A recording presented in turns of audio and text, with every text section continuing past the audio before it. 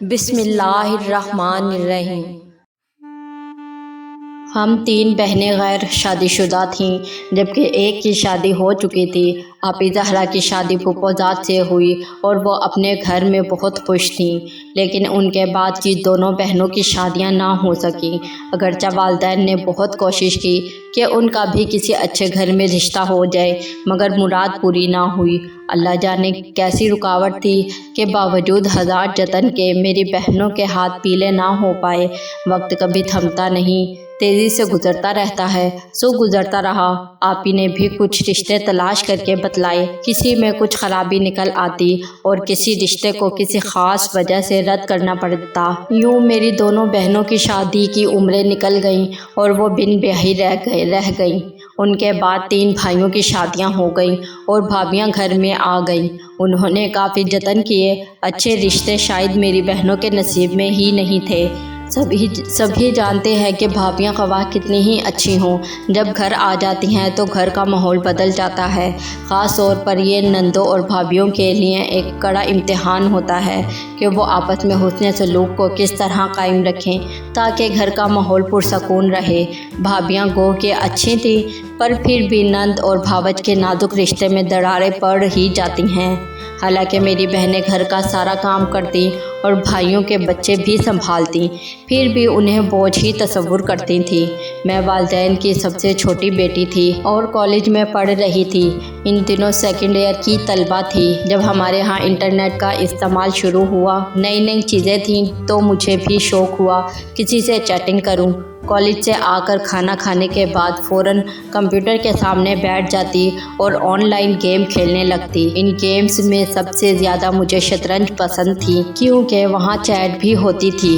اگرچہ میں اس کھیل کی ماہر نہ تھی، مگر اس وجہ سے کھیلتی تھی کہ چیٹ بھی کر سکتی ہوں اور اس میں بہت لطف آتا تھا۔ ان دنوں مجھے عقل نہ تھی، کچھ نہیں پتا تھا کہ باہر کی دنیا کیسی ہے اور لوگ کس قسم کے ہوتے ہیں۔ سبھی کو اپنے جیسا معصوم سمجھتی۔ ایک روز ایک لڑکے کے ساتھ شطرنج کی بازی لگا لی اور کھیل شروع ہو گیا۔ وہ ایک ماہر کھلاڑی تھا، اس نے مجھے اس گیم کے بارے میں بہت کچھ بتایا۔ ہم یوں گیم کے حوالے سے چیٹنگ کرنے لگے۔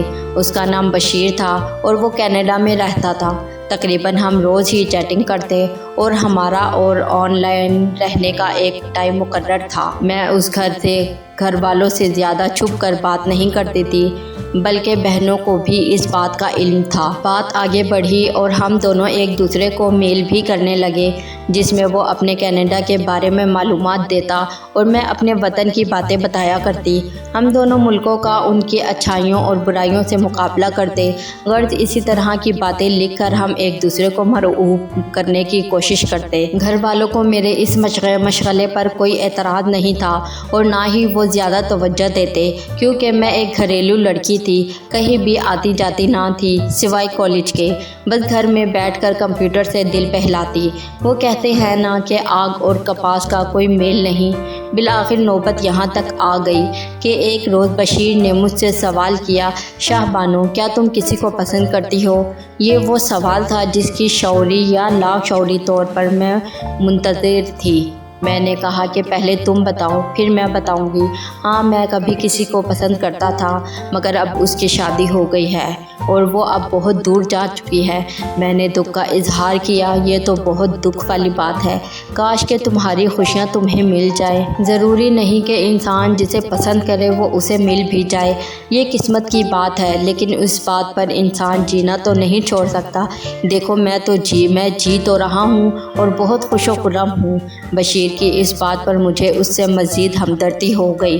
اس قسم کے سوال و جواب کے بعد ہم دونوں کے درمیان ایک اپنائیت کا رشتہ قائم ہو گیا اور ہم اب ایک دوسرے کے دکھ سکھ شیئر کرنے لگے۔ میں نے اسے بتایا کہ مجھ سے بڑی 2 بہنوں کی شادیاں نہیں ہو سکیں اور اب وہ اوور ایج کی ہو چکی ہیں۔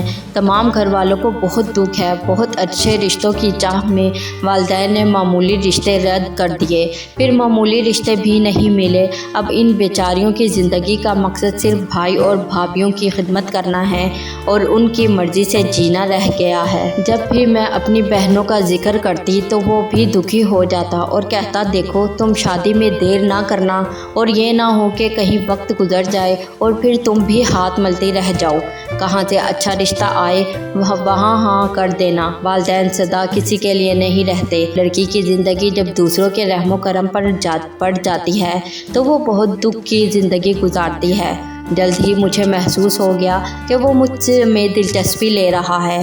روز کوئی ایسا میسج بھیجتا جس میں میرے لیے کوئی خاص بات ہوتی۔ وہ ان اشاروں کے ذریعے میری تعریف کرتا اور کہتا میں بہت خوش نصیب ہوں جو مجھ جیسی سچے جذبوں کی مالک لڑکی سے اس کا تعارف ہوا۔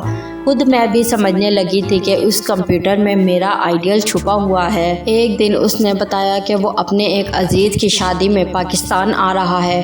میں خوش ہو گئی، جیسے کسی نے اچانک انعام دے دیا ہو یا کوئی بہت قیمتی چیز دینے کا اعلان کر دیا ہو۔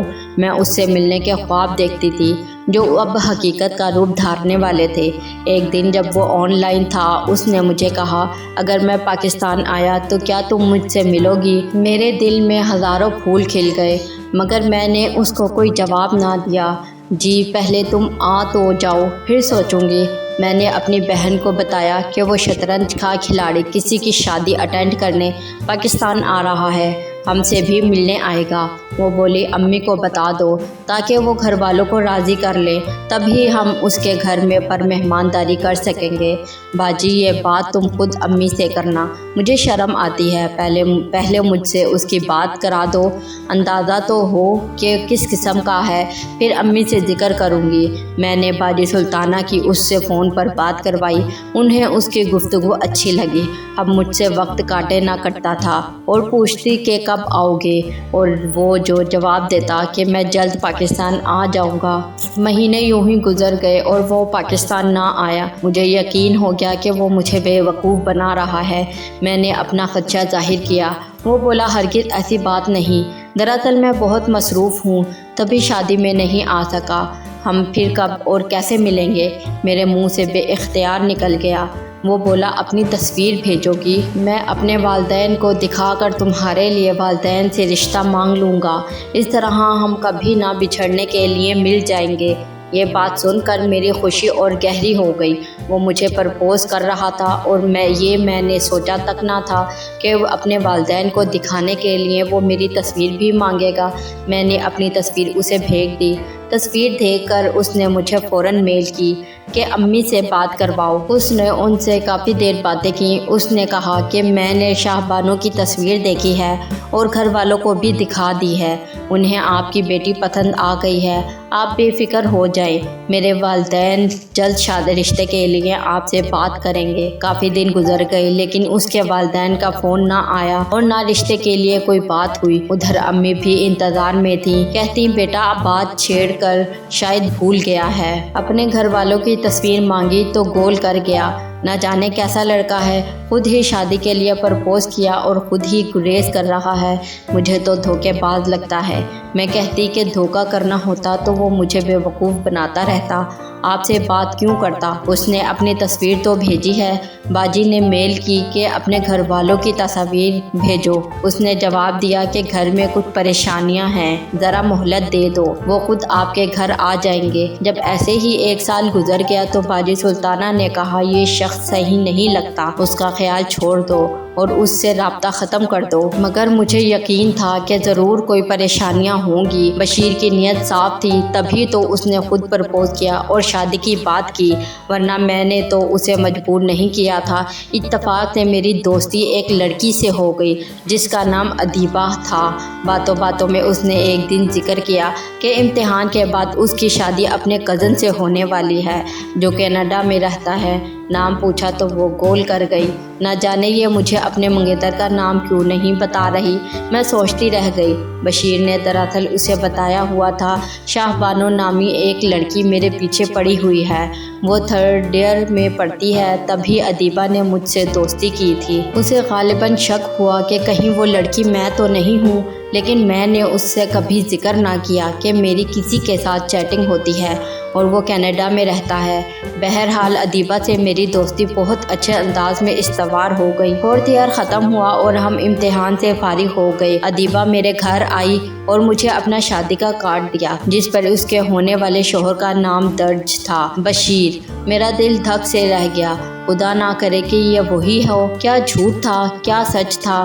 مگر میں ابھی تک اسی خواب میں جی رہی تھی کہ بشیر ایک دن آئے گا اور مجھے میرے والدین سے مانگ کر خوابوں کی دنیا میں لے جائے گا۔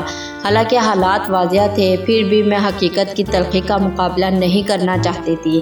انسان بھی کیا چیز ہے، سب کچھ جانتے بوجھتے خود فریبی کے سہارے جینا چاہتا ہے۔ بشیر بہت بڑا ڈرامے باز نکلا، جس کا اندازہ مجھے بعد میں ہوا جب ایک دن ادیبہ کے گھر میری ملاقات ایک لڑکی سے ہوئی جسے ادیبہ نے اپنی ہونے والی نند بتایا۔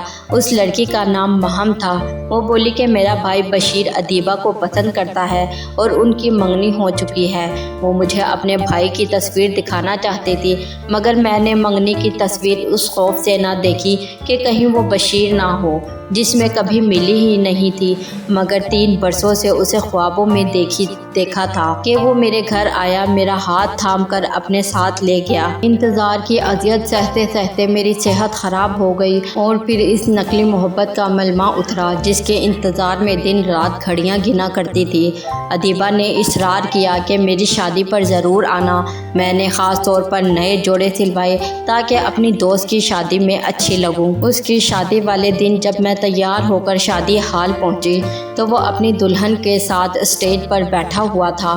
ہاں، یہ وہی بشیر تھا جسے میں نے پہچان لیا جبکہ اس نے اپنی ایک ہی تصویر بھیجی تھی۔ اب اس کا اصلی روپ سامنے آ گیا تھا کیونکہ اس نے مجھے دور سے دیکھتے ہی پہچان لیا۔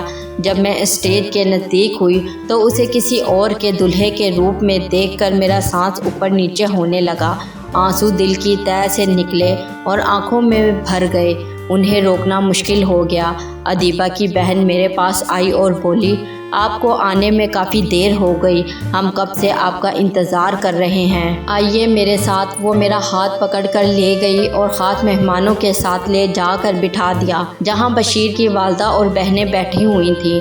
وہ آپس میں باتیں کر رہی تھیں۔ ان کی باتوں سے اندازہ ہوا کہ وہ پہلے بھی آ چکی ہیں۔